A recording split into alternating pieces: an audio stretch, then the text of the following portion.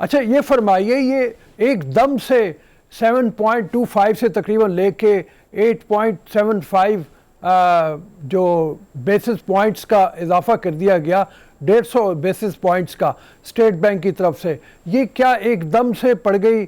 مطلب ایک طرف دیکھا جائے تو جو امپورٹ ایکسپورٹ ہے اس میں ڈفرنس بہت زیادہ ہے، جو مہنگائی ہے اس کی شرح ڈبل ڈیجٹس میں جا رہی ہے، یہ کیا یہ وجوہات بنی ہیں یا کوئی اور وجوہات ہیں؟ جی آپ صحیح سمت میں جا رہے ہیں. میرا خیال ہے کہ دو بڑی وجوہات ہیں اس کے پیچھے. پہلی وجہ تو میں سمجھتا ہوں کہ روپیہ جس تیزی سے گر رہا ہے، اسٹیٹ بینک چاہتا ہے کہ اس کو کسی طرح کا سہارا پرووائڈ کرے، کوئی سنبھالا جائے اس کو. اور میں سمجھتا ہوں کہ اس مقصد میں جو 1.50 یا 150 بیسس پوائنٹ کا انکریز ہوا ہے، میرے خیال میں کہ روپے کو کچھ سہارا ضرور ملے گا اس کے نتیجے میں. دوسرا گول یا دوسرا مقصد اسٹیٹ بینک کا یہ ہے کہ مہنگائی کو کس طرح سے کنٹرول کیا جائے. اب جو مغربی اکانومیز ہیں وہاں پہ تو آپ نے دیکھا کہ جو وہاں پہ شہری ہیں، جو وہاں پہ سٹیزنز ہیں، انہوں نے کار بھی لون پہ لی ہے، انہوں نے گھر بھی مارگیج پہ لیا ہوتا ہے، ان کے گھر پہ صوفہ جو پڑا ہے وہ بھی لون پہ لیا ہوا ہے، ان کا ٹیلی ویژن بھی لون پہ ہوتا ہے.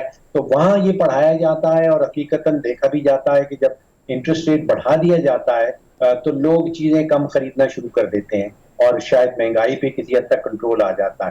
اب پاکستان میں سمجھتا ہوں کہ یہ والا فارمولا لاگو نہیں ہوتا. یہاں پہ ایک تو بہت ہی کم تعداد ہماری آبادی کی جو ہے جو بینکنگ سیکٹر کے ساتھ کنیکٹڈ ہے، اور اگر اسٹیٹ بینک یہ کوشش کر رہا ہے کہ شاید انٹرسٹ ریٹ بڑھا کے مہنگائی پہ کسی طرح کنٹرول ہو جائے گا، اس میں مجھے لگتا ہے، میرا خدشہ ہے کہ اسٹیٹ بینک کو ناکامی کا سامنا ہوگا. اور اس کے وجوہات کچھ پاکستان میں اگر مہنگائی کم کرنی ہے تو اس کے طریقہ کار کچھ اور ہوں. اس کا یہ فرمائیے کہ جو ایک دم تیزی آئی تھی، بوم آیا ہوا تھا ہمارے کچھ سیکٹرز میں، کاروباری سیکٹرز میں، وہ بہت خوش نہیں ہے اس سے بڑھانے کی وجہ سے، تو وہ ان کو کتنا ذرا فرق پڑے گا؟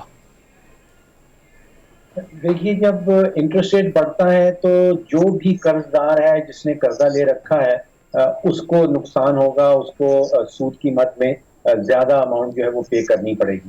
اور اگر آپ دیکھیں پاکستان کے اندر جو سب سے زیادہ قرض دار ہے وہ تو حکومت پاکستان خود سے ہے. تقریباً 35,000 ارب روپے کا قرضہ اس نے لے رکھا ہے. اور اگر 1.5% جو ہے وہ انٹرسٹ ریٹ چڑھتا ہے تو آپ سوچئے کہ میرے تخمینے کے مطابق تقریباً 300 ارب سے 400 ارب تک کی ایک اماؤنٹ ہوگی جو اضافی حکومت پاکستان کو سود کی مد میں دینا ہوگا. جو بزنسز کا آپ نے ذکر کیا، جو بزنس لونز ہیں اس ملک کے اندر وہ تقریباً لگ بھگ 6,000 ارب کے ہیں. اور آپ سوچئے کہ اگر 1% بڑھتا ہے، 1.5% بڑھتا ہے تو ان کو 60 سے 70 ارب روپیہ اضافی سود کی مد میں دینا پڑے گا. تو وہ جو ہم کہتے ہیں کاسٹ آف ڈوئنگ بزنس، یعنی کہ جو لون لے رکھا ہے بزنسز نے، ان کی کاسٹ آف ڈوئنگ بزنس مجموعی طور پہ پاکستان میں کوئی 60 سے 70 ارب بڑھ جائے گی، جس کے نتیجے میں سمجھتا ہوں کہ کچھ بزنسز جو ہیں وہ بند بھی ہو جائیں گے. اور شاید خدشہ میرا یہ ہے کہ جو بے روزگاری ہے کچھ حد تک شاید بڑھنے لگے اس کے نتیجے میں. اب مسئلہ یہ ہے کہ اگر اسٹیٹ بینک یہ نہ کرتا تو اور کیا اقدامات ایسے تھے جو لیے جا سکتے تھے؟ ذرا اس بارے میں بھی فرمائیے. مختلف ماہر معاشیات مختلف اقدامات کی بات کر رہے ہیں، لیکن آپ تو مطلب ایک ایکسپرٹ ہونے کے ناطے آپ کیا کہیں گے کہ کیا ہو سکتا تھا؟ مطلب ایک تو روپے کی قدر گر رہی ہے، ظاہر ہے، اس کو کیسے بچایا جائے، اسٹیبلٹی کیسے لائی جائے، مہنگائی کیسے کم کی جائے، کیا کیا جائے؟ میں سمجھتا ہوں کہ اسٹیٹ بینک کے پاس اس وقت جو ٹولز ہیں وہ یہی ہیں جو وہ استعمال کر رہا ہے. وہ یا تو انٹرسٹ ریٹ بڑھا سکتا ہے یا منی سپلائی کو کم یا زیادہ کر سکتا ہے. پرابلم جو ہمارا آ رہا ہے وہ اسٹیٹ بینک ایشو کا نہیں ہے. میں سمجھ رہا ہوں کہ حکومت پاکستان جو ہے، ایک تو اس کا جو بجٹری خسارہ ہے وہ بڑا تیزی سے بڑھ رہا ہے. وہ اسٹیٹ بینک کے کنٹرول میں نہیں ہے، وہ حکومت پاکستان کو کنٹرول کرنا ہوگا، وہ منسٹری فائنانس کو کنٹرول کرنا ہوگا. اسی طرح جو تجارتی خسارہ ہے، یعنی کہ آپ اندازہ کیجئے پچھلے کوئی 3 مہینے لگ گئے، ہر مہینے میں دیکھ رہا ہوں 6 ارب 6.5 ارب کی ہم امپورٹ کر لیتے ہیں اور 2-2.5 ارب سے زیادہ ایکسپورٹ نہیں ہو پا رہی. تو امپورٹ جو ہے وہ تو اگر اینول بیسس پہ آپ دیکھیں تو مجھے لگ رہا ہے کہ 70-72 ارب ڈالر پہ پہنچ جائے گی، اور ہماری ایکسپورٹ جو ہیں وہ ابھی تک پھنسی ہوئی ہیں. 2013 کا ہم نے 31 ارب ڈالر کا وہاں پہ ٹارگٹ اچیو کیا تھا، ابھی تک وہیں پہ پھنسے ہوئے ہیں. تو اس میں جو غلطیاں ہیں، جو کوتاہی ہیں، جو فلاز ہیں، وہ میں سمجھتا ہوں کہ اسٹیٹ بینک کے پاس نہیں آ رہی. وہ حکومت پاکستان جو اپنا فسکل بجٹ، جو اپنا بجٹ بنا رہی ہے، اس کے نتیجے سے یہ کوتاہیاں اور یہ خسارے سامنے آ رہے ہیں. اب اس کو کم کرنے کے لیے بہت سے اقدامات کی ضرورت ہے، خسارے کو کم کرنے کے لیے، تو وہ کیا جائے؟ اور دوسری بات یہ ہے کہ ایک اور چیز نہیں ہو رہی، اور وہ یہ ہے کہ انویسٹمنٹ نہیں ہو رہی ایسی. اب یہاں پہ ضرورت بہت زیادہ ہے کہ انویسٹمنٹ ہو، اور وہ ڈالرز میں ہو، وہ بھی بالکل نہیں ہو پا رہی. اس کا کوئی طریقہ کار بھی سمجھ میں نہیں آ رہا. تو ایسے میں آپ جو اندھا آنے والے کچھ سال ہیں اس میں حکومت کے ہی کم از کم دیکھ لیجئے تو ایک گلوم کی سی صورتحال زیادہ نظر آ رہی ہے. دیکھیے، پالیسی کا فقدان نظر آ رہا ہے رؤوف صاحب زیادہ تر. اور پالیسی بنتی ہے جب آپ کے پاس کوئی ٹیم ہو. خاص طور پہ وزارت خزانہ میں اگر آپ دیکھیں تو تقریباً 40 مہینے ہوئے چلے ہیں پی ٹی آئی کی حکومت کو، اور ٹیکنیکلی کوئی 5 وزرائے خزانہ آ چکے ہیں اور جا چکے ہیں. تو آپ سوچئے کہ 8 9 10 مہینے کا ایوریج ٹینیئر جو ہے وہ مل رہا ہے ایک وزیر خزانہ کو.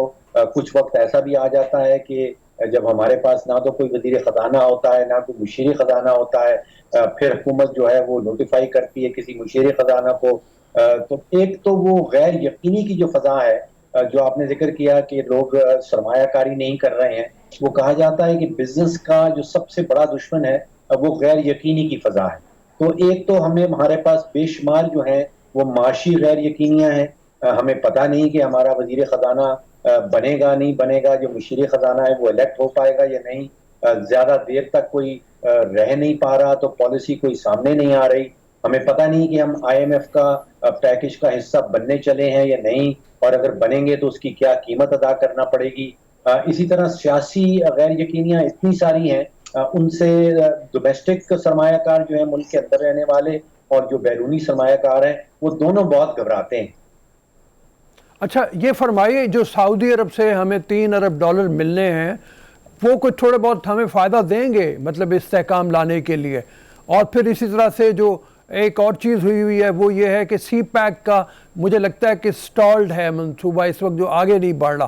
اس میں بہت سی پیش رفت اگر ہو بہتر طریقے پہ تو بھی شاید کچھ بہتری آ جائے. اس میں کچھ بہتری دیکھتے ہیں آپ؟ جی، 2 سوال کیا آپ نے. پہلا جو سعودی عربیہ کے حوالے سے، اس کے اندر بھی 2 ڈفرینٹ پیکیجز ہیں. ایک 3 ارب ڈالر کا پیکیج ہے جس کا آپ نے ذکر کیا، اس کا اعلان ہو چکا ہے رؤوف صاحب، لیکن ابھی تک میں دیکھتا ہوں کہ وہ ہمارے خزانے میں جمع نہیں ہوا، وہ ٹرانسفر نہیں ہوئے ہیں پیسے. وہ لارجلی سمبولک ہیں، ان کو ہم استعمال نہیں کر سکتے ہیں. ان کے اوپر تقریباً $100 ملین کا ہمیں سود ضرور سالانہ دینا پڑے گا.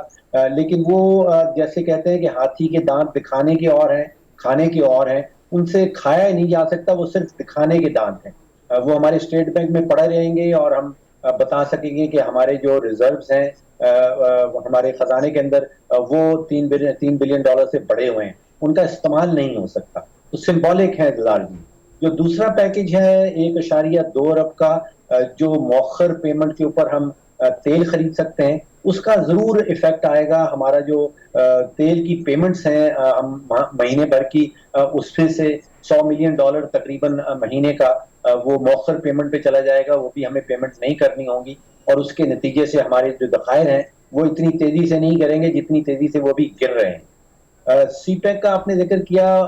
آئی تھنک فیز 1 جو تھا، جس میں بہت بڑے بڑے جو پاور پروجیکٹس تھے، انفراسٹرکچر کے پروجیکٹس تھے، جس میں کوئی تقریباً $30 ارب کی پلاننگ تھی سرمایہ کاری کی، وہ تقریباً ہو چکی ہے. اور نیکسٹ فیز میں ابھی کچھ رکاوٹیں آ رہی ہیں. وہ تقریباً جیسے آپ نے کہا کہ سٹالڈ ہے پروگرام.